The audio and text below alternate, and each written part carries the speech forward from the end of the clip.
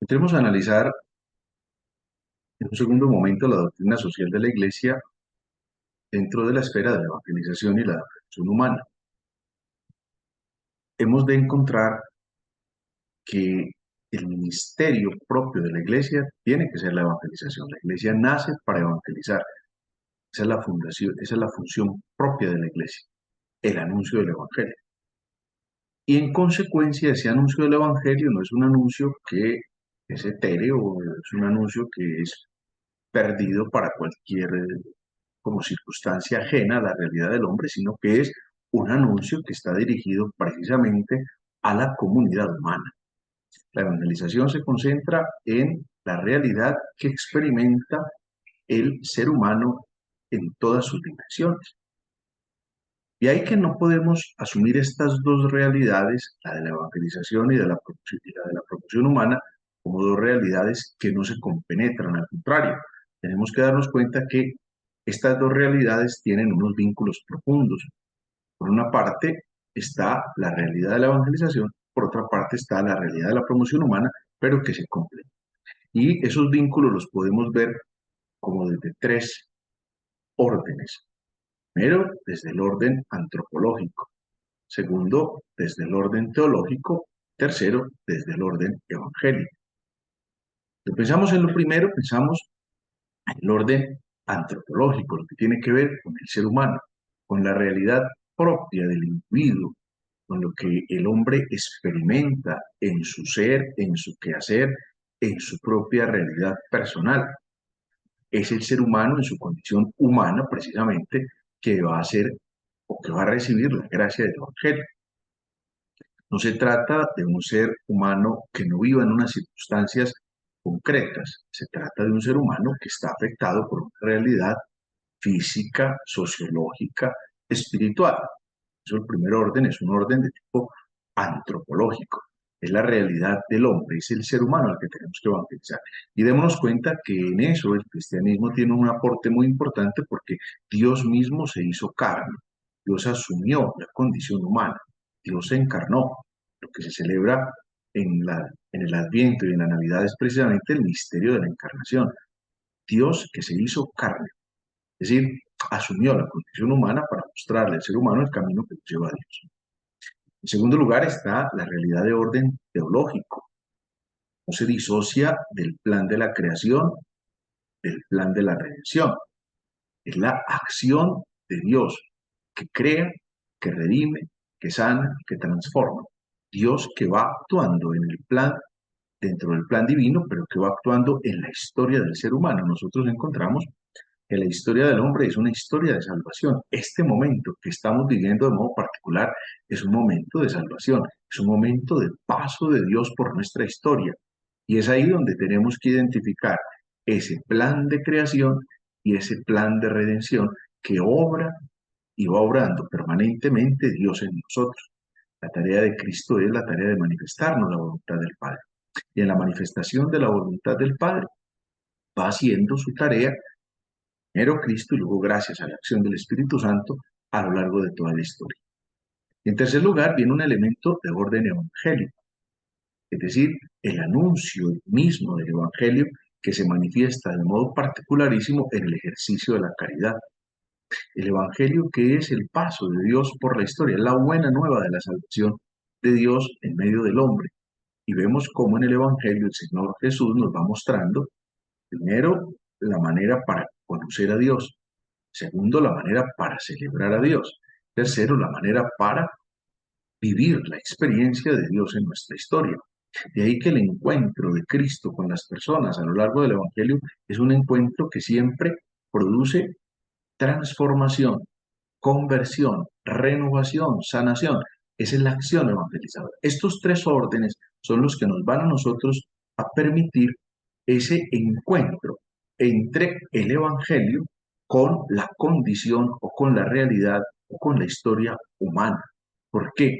Porque hay un anuncio de Dios, hay un anuncio del misterio de salvación en Cristo, hay una revelación de Dios al hombre en sí mismo. De qué manera se presenta Dios en medio de nosotros. Y es un anuncio que va más allá de una especificación o de una exposición de doctrina. Se trata de un anuncio que se convierte para todos nosotros, o debe ser para todos nosotros, una experiencia testimonial. Nos damos cuenta que la acción misionera de la iglesia es ante todo la acción del testimonio, de lo que Dios ha venido haciendo en nosotros. Cómo se produce una transformación desde la persona misma. De ahí que el anuncio de la misión no es un problema de proselitismo, es ante todo una experiencia de contagio, porque no podemos perder de vista, como lo enseña la doctrina social de la Iglesia, que la tarea de la Iglesia no es una tarea de orden político, es ante todo una tarea de orden religioso. ¿Qué quiere decir eso? La iglesia no entra en cuestiones técnicas, la iglesia no instituye ni propone sistemas o modelos de organización social, eso no le toca a la iglesia. La iglesia tiene una competencia propia que le viene del Evangelio, es la transformación de la persona humana. Pero no podemos desconocer que esa persona humana se mueve en un contexto particular dentro de unas realidades concretas, dentro de una sociedad específica, con unas ventajas y con unas desventajas, porque el cristiano está ubicado en todos los lugares, el cristiano se ubica en todos los espacios del continente y de los diferentes continentes, perdón, de las diferentes idiosincrasias, de las diferentes realidades culturales, de los diferentes modos de ejercitar o de hacer la vida cultural, de social, la vida de desarrollo de los pueblos. Entonces, ese ejercicio de la promoción humana se hace desde lo que el ser humano en sí mismo vive y experimenta, pero dándonos cuenta que la competencia de la iglesia le viene del Evangelio y es una competencia de orden religioso. Por eso la iglesia tiene el deber y el derecho de evangelizar. La iglesia tiene el derecho de ser para el hombre maestra de la verdad de la fe. Y no solamente estamos hablando de una verdad de tipo dogmático, también estamos hablando de la verdad moral que brota de la misma naturaleza humana y del Evangelio, del modo en que el ser humano se comporta. Ese es el derecho fundamental de la iglesia. El derecho fundamental de la iglesia es poder dar a conocer el Evangelio, poder anunciar el Evangelio, al punto que son tantos los hombres y mujeres que a lo largo de la historia han dado hasta su propia vida en beneficio de esa tarea, de ese fin primordial y único que es la tarea de la evangelización, al punto que el anuncio del Evangelio no solamente es para escucharlo, sino también para ponerlo en práctica. Esas son las tareas fundamentales que el ser humano está llamado a vivir y que la iglesia está en la obligación de dar. Por eso, la iglesia tiene el derecho de anunciar el Evangelio, pero al mismo tiempo tiene el deber, porque la iglesia no puede renunciar a lo que tiene que predicar.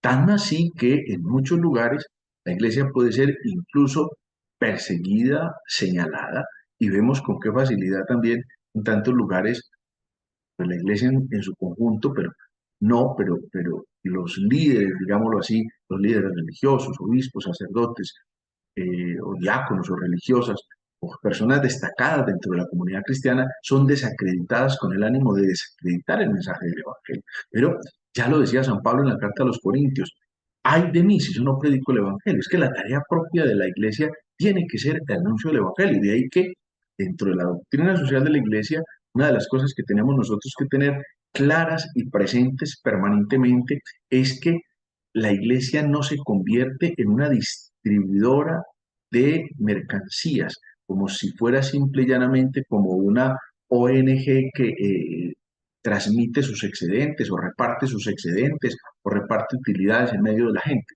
No, es que la iglesia lo que tiene que hacer lo tiene que hacer en función de la evangelización y como tarea clave de la evangelización está precisamente la atención a los pobres. Pero una atención a los pobres que no surja de un propósito evangelizador no puede o no es parte esencial de lo que tiene que ser la doctrina social de la iglesia. La iglesia entonces no es indiferente ni puede ser indiferente a las circunstancias sociales que el ser humano experimenta, sobre todo aquellas que tienen que ver con la injusticia, con el atropello, con la falta de conciencia de lo que el ser humano vive y experimenta. Una iglesia desencarnada sería una iglesia que no responde propiamente a la doctrina social de la iglesia, sabiendo cada cual las circunstancias que tiene que vivir, las realidades que tiene que afrontar, desde ahí se hace el anuncio del Evangelio. El anuncio que es para todos, porque no se nos puede olvidar también que independientemente de la edad, de la condición social, de la capacidad física e intelectual que una persona tiene, todos los seres humanos tienen derecho a recibir el anuncio del Evangelio y a vivir su experiencia de Dios. Por eso no podemos decir que el Evangelio es solo para un determinado grupo humano. En la iglesia no cabe eso. Todos los seres humanos estamos llamados a recibir el buen anuncio del Evangelio. Por eso, vivamos este momento y descubramos esta realidad de el anuncio del Evangelio, de la promoción humana y cómo desde la iglesia yo experimento el derecho que tengo a que se me anuncie el Evangelio y al mismo tiempo el deber que tengo de volverme yo también anunciador del Evangelio. Que a la luz de esta breve reflexión que podemos hacer de la doctrina social de la Iglesia, nos vamos comprometiendo con el conocimiento de Cristo y vamos descubriendo y valorando más y más el anuncio del Evangelio.